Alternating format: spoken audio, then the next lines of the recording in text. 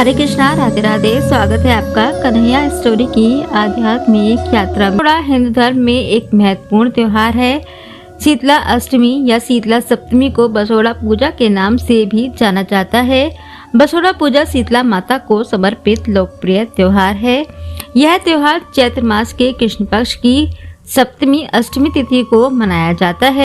बसोड़ा या शीतला सप्तमी अष्टमी का यह त्योहार उत्तर भारतीय राज्यों जैसे गुजरात, राजस्थान और उत्तर प्रदेश में अधिक लोकप्रिय है। राजस्थान राज्य में शीतला अष्टमी का त्योहार बड़े ही हर्षोल्लास के साथ मनाया जाता है। इस अवसर पर मेला व लोक संगीत के कार्यक्रमों का भी आयोजन किया जाता है। भक्त इस पर्व को बड़े ही हर्षोल्लास और भक्ति के साथ मनाते हैं। ऐसा माना जाता है कि इस चुने हुए दिन पर व्रत रखने से उन्हें कई तरह की बीमारियों से बचाव होता है।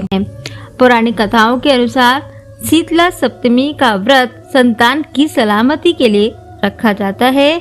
माता शीतला को चेचक या खसरा जैसे रोगों से मुक्ति दिलाने वाली देवी माना जाता है, जिसके चलते माताएं अपनी संतान की सेहत के लिए शीतला सप्तमी या अष्टमी का व्रत रखती हैं। अब आइए जानते हैं शीतला माता की व्रत कथा।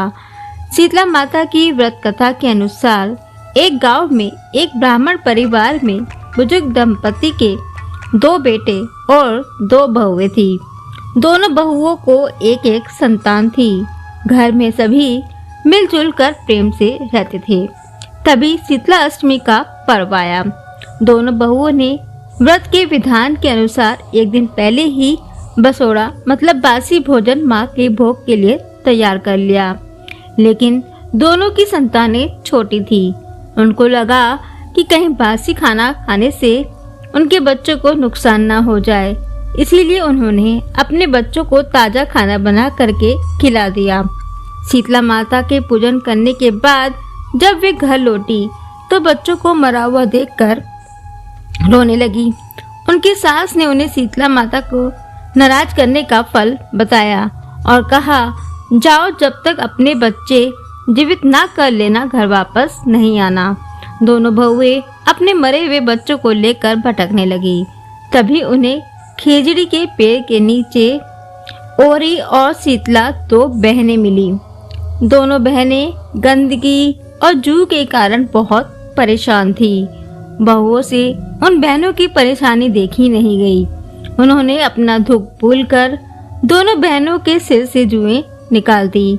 जुएं निकालने के बाद शीतला और ओरी ने प्रसन्न होकर दोनों बहुओं को पुत्रवती होने की कामना की। इस पर दोनों बहुओं अपना दुख बताकर रोने लगी।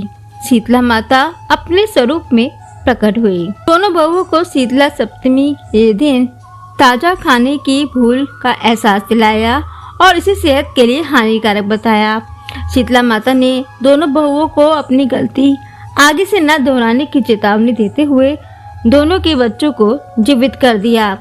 शीतला माँ के साक्षात दर्शन और अपने बच्चों को पुनः जीवित पाकर दोनों बहुएं बड़ी प्रसन्नता के साथ घर लौटी और आजीवन विधि विधान से शीतला माँ की व्रत और पूजा करने लगी।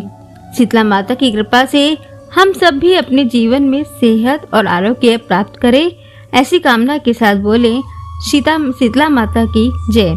तो ये थी शीतला माता की व्रत कथा। ये वीडियो आपको कैसी लगी नीचे कमेंट बॉक्स में लिखकर अवश्य बताएं। राधे राधे।